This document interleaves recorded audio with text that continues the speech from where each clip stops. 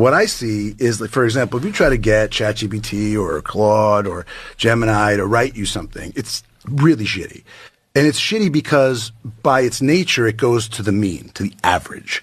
And it's not reliable. And I just can't even stand to see what it writes. Now, it's a useful tool if you're a writer and you're going, what's the thing? I'm trying to set something up, or somebody sends someone a letter, but it's delayed 2 days and it can give you some examples of that.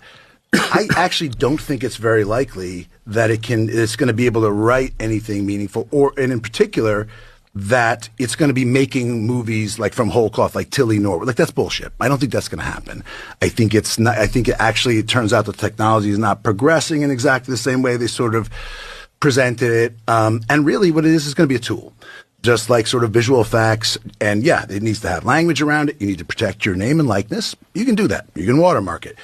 Those laws already exist. I can't sell your fucking picture for money. I can't. You can sue me, period. It kind of feels to me like the thing we were talking about earlier, where there's a lot more fear because we have this existential dread. It's going to wipe everything out. Right.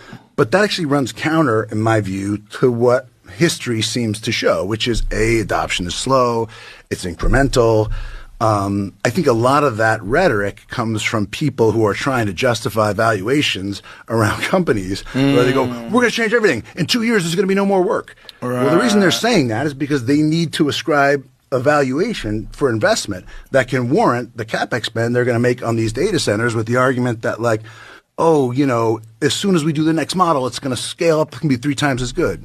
Except that actually ChatGPT-5 about 25% better than ChatGPT-4 and costs about 4 times as much in the way of electricity and data.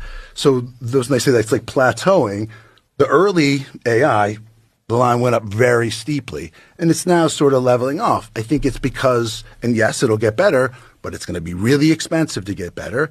And a lot of people were like, fuck this, we want ChatGPT-4, because it turned out like the vast majority of people who use AI are using it to as companion bots to chat with at night. And so there's no work, there's no productivity, there's no value to it.